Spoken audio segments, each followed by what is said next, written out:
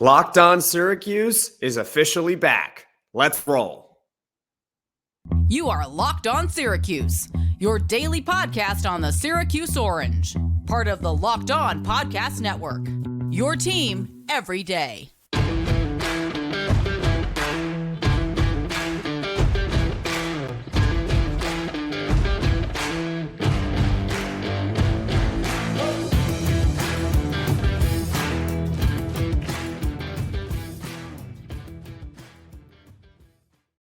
What is up, everyone? Thank you for making Locked On Syracuse your first listen of every single day. And I promise you, we are going to be uploading a lot more now that I'm just getting started. This episode is brought to you by Gametime. Download the Gametime app, create an account, and use code LOCKEDON for $20 off your first purchase. So, I'm glad to be here. I'm glad to be speaking to all of you, and I'm glad that it's Wednesday, February 21st, and it's our first episode of the new era of Locked On Syracuse. On today's show, we're going to talk about the state of Syracuse basketball as it stands right now, Syracuse football as well, and of course, just a little bit about me because I know I'm a new host, and you guys might want to get to know me.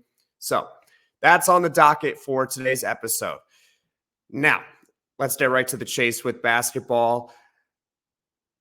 Of course, Syracuse had a game last night, and they beat NC State on the road because, of course, that's just how the team is. And normally how this podcast would go is the day after a game, I would give a game recap. I would tell you what I thought about it, but because we're starting, towards the end of the season, why not just give my thoughts on the entire program in general? But anyway, Syracuse won last night, 87-83 over NC State. But as far as where the program stands right now, I think there should be optimism because we can see the potential of this team. And I think Coach Autry in year one has done a relatively good job with the ingredients that he has been given. I have been very critical of the players on this team. I think the main issue is the players and not the head coach. Coach Autry drew up a great game plan to beat North Carolina. That was not an accident. If you watch that game, Syracuse played a very slow tempo pace and forced North Carolina to play in the half-court offense. And that's one of the reasons why Syracuse was able to come away with the victory. Last night against NC State, it was one of those games where everything was falling, and it was the opposite of the Georgia Tech game where everything was not falling. Ultimately, right now, as it stands, Syracuse, barring winning the ACC tournament, which is always, I guess, a possibility, right? That's a whole separate rant for another day, is not going to make March Madness for the third straight season. 3 straight years of no tournament. That hasn't happened in 50 years, since the early 70s. That, to me, is not acceptable. And that's why I am very harsh in my criticism of this team. And I understand that every year has had some sort of excuse, right? A few years ago, they were just so bad. It was under 500 for the first time in forever, right? It was just a really bad year. Fine. Last year, it was, the team was mostly freshmen. How can you expect freshmen to go all the way to the tournament, right? That was kind of the excuse there. And the excuse this year is, well, it's year one of a new head coach. So how can you have really high expectations? The way I look at it right now is, of course, barring if Syracuse makes the tournament, right? Because they could win the conference. If Syracuse doesn't make it next year, that would be 4 straight years. That would mean that anyone going to college in that time, if they started as a freshman for the 2021-2022 season, they would have gone their entire college lives without experiencing one tournament run for the first time since the 70s. Next year to me is tournament or bust. If this team does not make the tournament next year, I don't care what the excuse is, the season is a total failure. Period. End of story. They have to be in the tournament next season. There's no other way to sugarcoat it. Now, as far as how they get there, they need better players. And I know that criticism is going to sound very vague. And you're probably wondering to yourself, what is this lazy critique here? Just let me explain. What is it that Syracuse is good at? What are they good at? Well, they can't really score. If you look at their totality of a season, I know last night they did, but if you look at the totality of the season, they are not great on offense compared to the ACC. They're not great on defense compared to the ACC. They can't really rebound. What are they good at? What is this team's identity? What are they known for? Again, what are they good at? Yesterday, someone told me, well, they get a lot of steals. I don't know what you do with that. You get a lot of steals? To me, I don't know how you build on that. That's why I say they need better players. If you look at Syracuse's roster right now as constructed, you'd hope that Judah Mintz comes back. You'd hope. I mean, I'm seeing lately that he's not being listed on mock drafts. Perhaps it's a similar situation to last year where he'll declare for the draft, but also maintain his eligibility and ultimately come back. I think J.J. Starling's a virtual lock to come back. Again, I got no inside sources on this stuff, but the guy just transferred over here. I don't see him transferring again, and I don't think he's going to be going in the NBA draft. So I believe he's coming back. Outside of those two guys, who else do you want to come back to this team? I like Quadir Copeland, and I think he's excellent in his role coming off the bench. And he had a huge night last night with 25 points. I like Chris Bell, but I think Chris Bell's better served as coming off the bench. I know he had a great night last night, and it's kind of weird how I'm saying all this stuff, and they won last night. And I like Malik Brown, but he's not a starting center. We all know that. So for this offseason, they already have Donnie Freeman coming. And everyone else, sorry about that. Everyone else on the team, I mean, Chance Westry is a wild card. He'll be back next season, coming back from injury. Naheem McLeod might be back from injury. Naheem McLeod should be the backup center for next season. He should be the backup. That's his best role. So as far as that, everyone else, to me, completely irrelevant. And Syracuse is going to need a big transfer class along with their recruits that they've already gotten to supplement, to make the tournament next season, which I stated in the beginning, it's tournament or bust. So that is the state of SU basketball right now. On the other side, I'm going to be talking about the state of Syracuse football and their new head coach.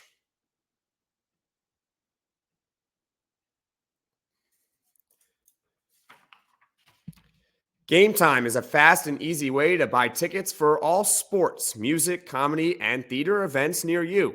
With last-minute deals, all-in prices, views from your seat, and their best price guarantee, Gametime takes the guesswork out of buying tickets. I use Gametime, and I love that I can see the view from my seat before I buy it. Use code LOCKEDON for $20 off your first purchase. Download Gametime today. Last-minute tickets, lowest price guaranteed.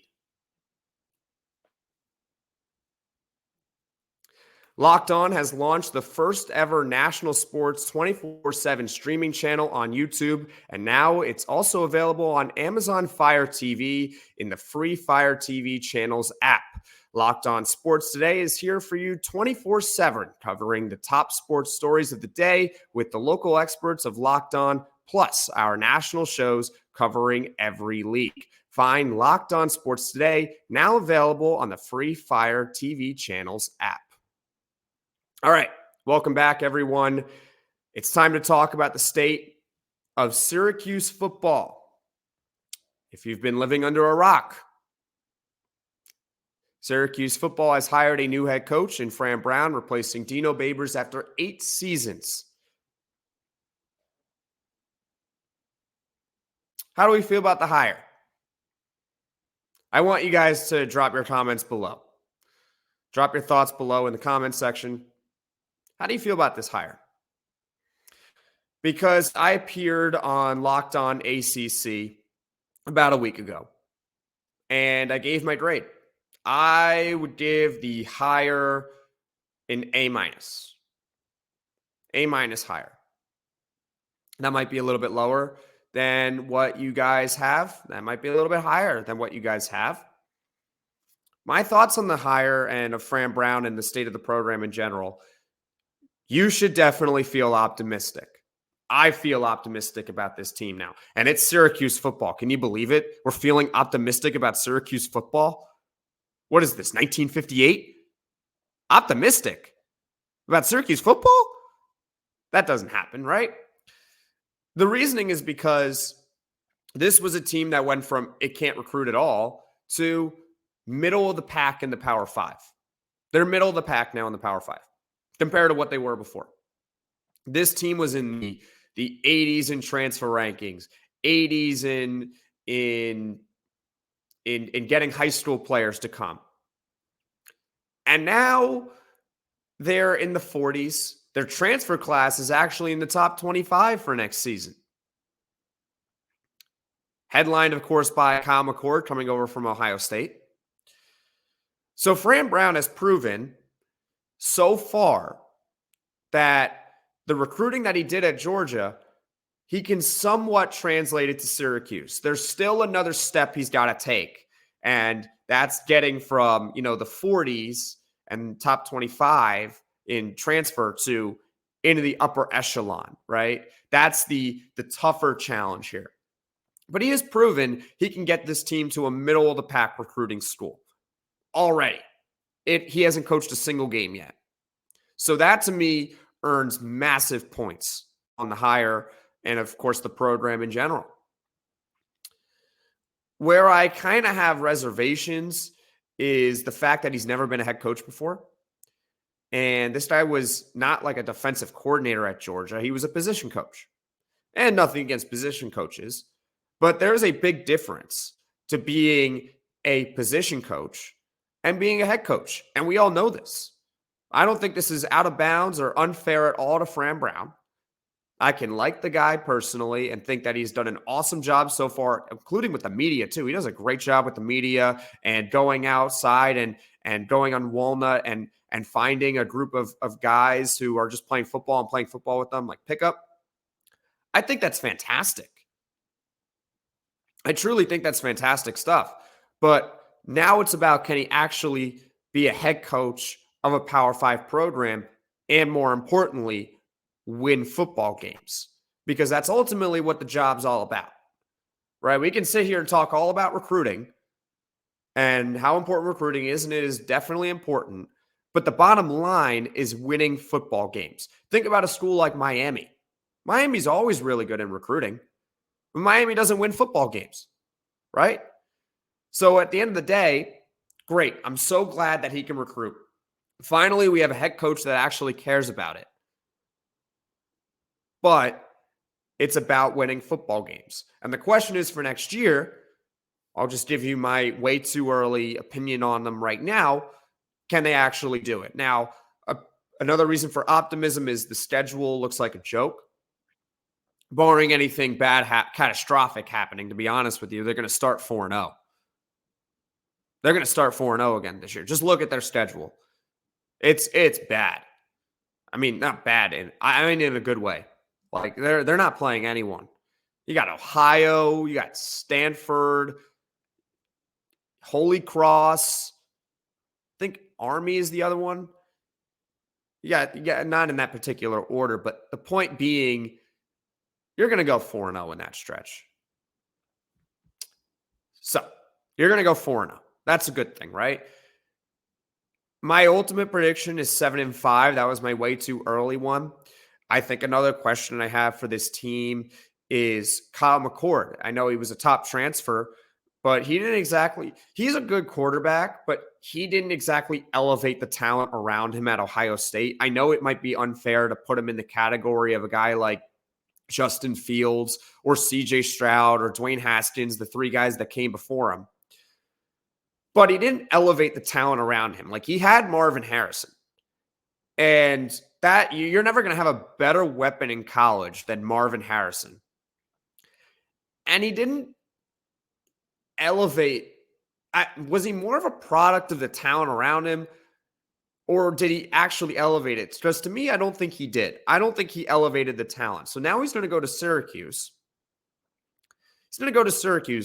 And let's be 100% honest with ourselves. Syracuse does not have a Marvin Harrison on this roster. They have Oronde Gadsden, who's really good. I like Oronde Gadsden coming back from injury. LaQuinn Allen is nice. They got some pieces along there in the transfer portal as well. But the talent is not the same as what it was at Ohio State. It's not the same as it was at Ohio State. And because of that, I think it's fair to question if Kyle McCord is going to really take this team to the next level. He's also not very mobile. And one of the problems with Syracuse over the past few seasons has been offensive line play. And he's not mobile. So how is he going to escape the rush when the line inevitably breaks down? Or is he just going to take a bunch of sacks? So those are my thoughts of Syracuse football. Overall, I would say when comparing the two, you should feel more optimistic about the football team. And I never thought I would ever say that. But I would feel more optimistic about the football team right now in the direction they're going in than basketball, because basketball and making the tournament, I mean, I don't know if they're going to make it next season. They're definitely not going to make it this year, barring winning the conference. And I don't know if they're going to do the things required to make it next season. But for Syracuse football, I think you should feel a little bit more optimistic about that program. So, coming up after this, a little bit about your new host, me, Jackson Holzer.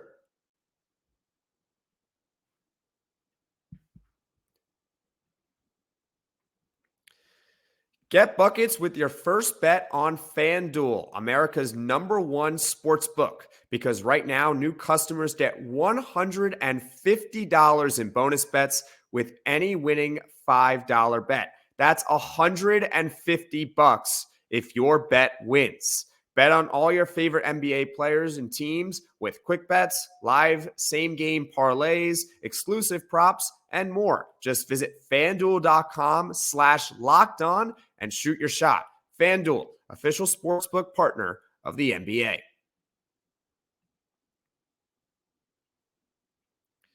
Welcome back, everyone, to Locked On Syracuse here. We're entering our final segment of the show.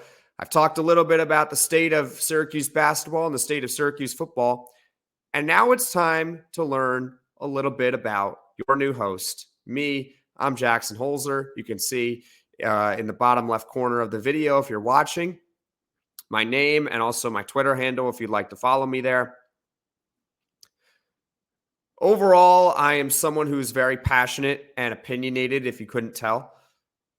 I care a lot about Syracuse. I've been covering this team through various outlets since 2020, mainly WAER Sports and WJPZ Sports. For those of you who do not know, those are the campus-run stations. Overall, I'm just very excited. I grew up actually a Florida Gators fan. Fun fact.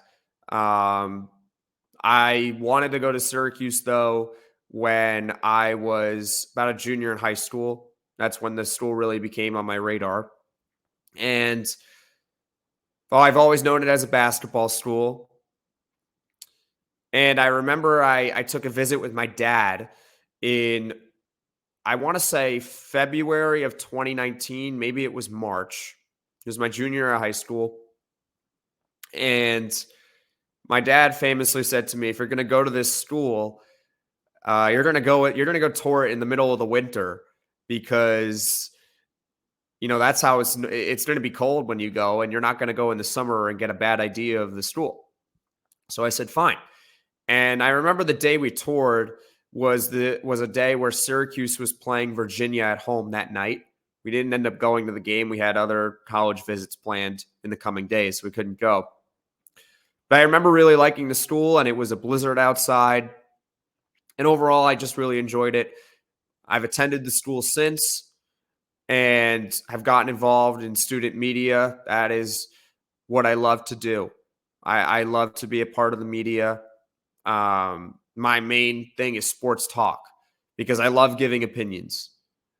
And I felt like stepped into this culture a little bit and have learned all there is I've learned a lot about Syracuse. I wouldn't say all there is to know. I am not the end all be all of Syracuse sports, but I've learned a lot since I've come here. And I just want to continue that tradition with you guys. And when I speak to you guys, I also want you guys to know that I speak with my heart, right? And a little bit of my head too, right? I don't really know, that didn't really come across right. So let me rephrase. I think the point being is that when I speak to you guys, I'm speaking passionately and I'm speaking honestly and I'm speaking in the moment. I don't have any sort of agenda other than to put out the best product for you guys. That's what I want to do. I want to put out the best product for you guys. And that's it. How can I put out the best product and serve you guys? You guys are ultimately what drives the show. Now, as far as how I want to upload shows, I want to do the standard Monday through Friday. As the time goes on, there will be time for more experimenting. I want to do live streams for games. I have a ton of plans. And if you guys have any suggestions that you want to see for the show, feel free to leave a comment below.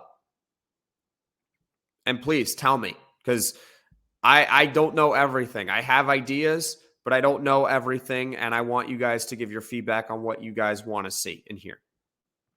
I want to bring on guests. I want to bring on better guests. I want to shoot for the moon with these guys. So if there's anyone you want to hear from, please let me know. And I will do my best to make sure I can get them on the show. It might take a little bit of time. And I can't make a promise I would ever make. I can make a request happen, but I will do my best. As far as the time frame on when we can expect some of that stuff, new guests and everything like that, it might be a little bit. I just started. This is my first video I've ever recorded. There's a lot that goes on to these videos, so it might take a little bit of time. Please forgive me. For now, I'm just trying to get situated with exactly how to do this and everything like that. Please forgive me. But in all seriousness, I'm really, really excited to get the ball rolling with you guys. Hopefully, Syracuse basketball ends up making a huge run and wins the ACC tournament. And we have some March Madness videos, right? That would be really, really, really cool. I don't see that happening, though. I don't see that happening. And also, yeah, if you guys have any questions for me as well, drop them below. I'm can't guarantee I'd answer all of them, but I'd be happy to, if I can, I'd be happy to answer them for you guys. Overall, very, very, very excited to get started. This is the first episode of Locked On Syracuse, and I just can't wait. I can't wait. On tomorrow's episode, we're going to grade the first season of Coach Adrian Autry. I'm also going to talk about the state of SU women's basketball. That's something that I want to expand as well in my coverage. I want to talk about other stuff, other sports rather, other than football and men's basketball. This women's basketball team, in case you haven't heard, is right now on pace to be hosting a couple tournament games because they're projected as a top 4 seed in March Madness. Hey guys, the blueprint's there for the men's basketball team and how to turn around a team in 2 years.